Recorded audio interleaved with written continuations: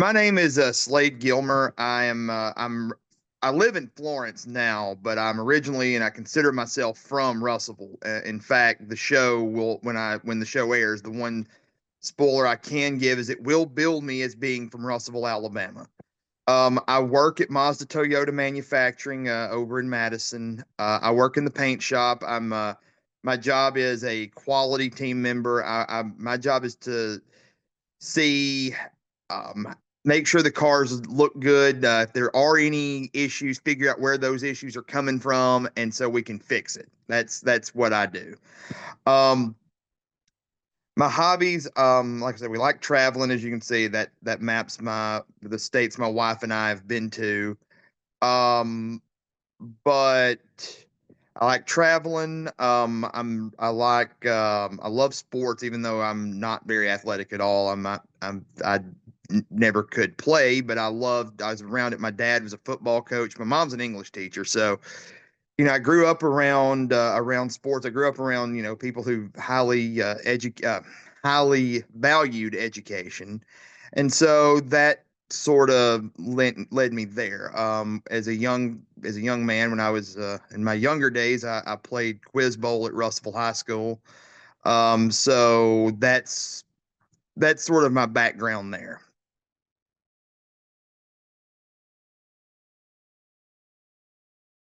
I don't remember the first time I watched it because I was probably 2 or 3 years old. My grandmother, Sue Page, back down in Hamilton, she watched it religiously. And so whenever I was at her house growing up, or even when I was little bitty and don't remember that era, she had it on, so I'd be watching it with her.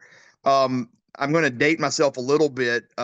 We had a Nintendo, an original NES when I was growing up, and we actually had the original Jeopardy NES game, and I probably wore that sucker out. I played it all the time. I've been watching Jeopardy as long as I can remember. I watch it most every day. I've got it recorded, so I can watch it. When you work at Mazda Toyota, we have the rotating shifts, so sometimes it's hard to actually get up and watch it, or you're on your way home, so you can't watch it live. But I try to watch it every day if I can.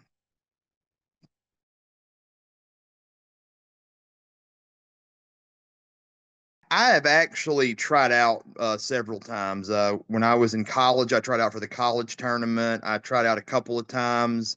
I actually got an invite to Atlanta. I think it was 10 years ago.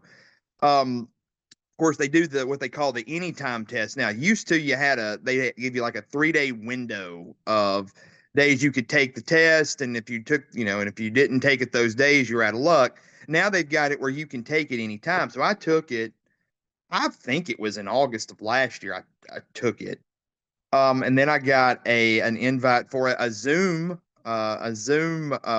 tryout, which was in January. And one of the things they tell you is you're in the contestant pool for 2 years after you get uh, through the Zoom interview.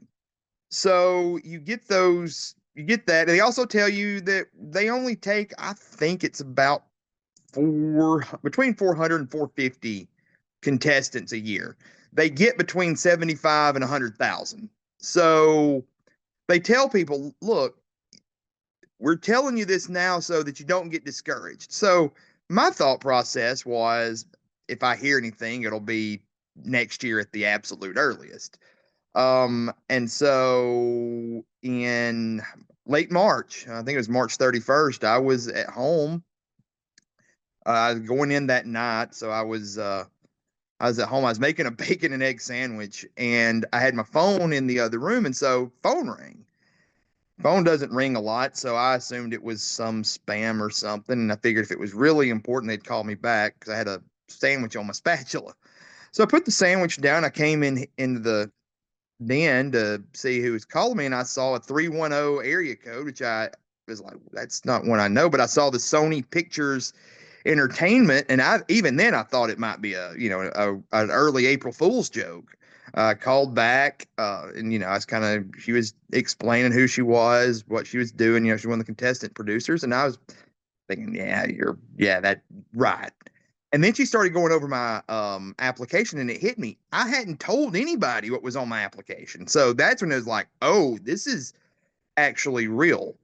They had told me they might want me to come out in the end of May, but they ended up not taping that day. It was one of those, they were kind of in limbo. Are they going to be taping that day, or are they going to be doing something else? They didn't tape that day. They called me back a couple months later and said, we'd still like to have you on. Do you mind coming in September? And so I went out September 8th.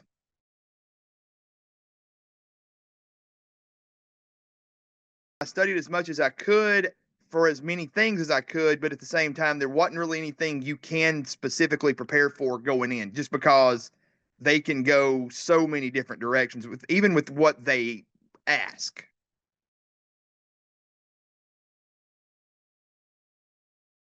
It was surreal. And it was something I'd been dreaming about doing my whole life. And as you get on that stage, it's like, this is happening. This is actually happening. And it was the contestant producer called it a positive trauma, and I kind of get where he's coming from. It sounds weird, but once you do it, you're just like, you're I was I've done trivia competitions my whole life. I've done quiz bowl, trivia. I'm on a team called the Pacers, and there's several of us. We've gone several places throughout the Southeast and across the country, actually, playing trivia. I've never been as mentally exhausted as I was the day that I did the actual taping of Jeopardy, because it's just there's just so much that goes into it. So it was, like I said, um it was a fun thing, but it took a lot out of me.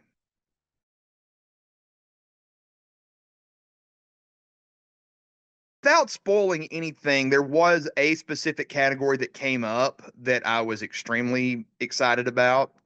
Um, there was a one category that when it came up, I'm going, oh. Everything else, I was just like, it's just gonna be it's just gonna be what it is, because there was nothing there that I was just like, whew.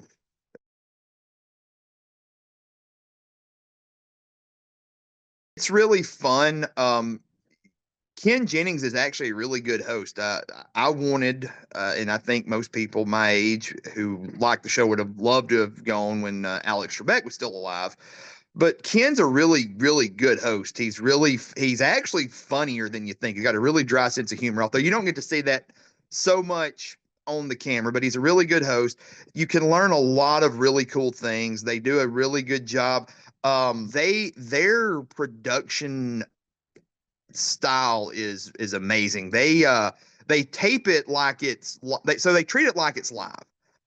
So that means you get your commercial break in the middle of as soon as the Jeopardy ends, or right after the first half of Jeopardy ends, where you do the things they ask you about. But if, say, Ken stumbles over a word, they'll tell him, they'll mark the category and the dollar amount, and then while they're at commercial, they'll have him reread it, and they splice it in, and you would never know.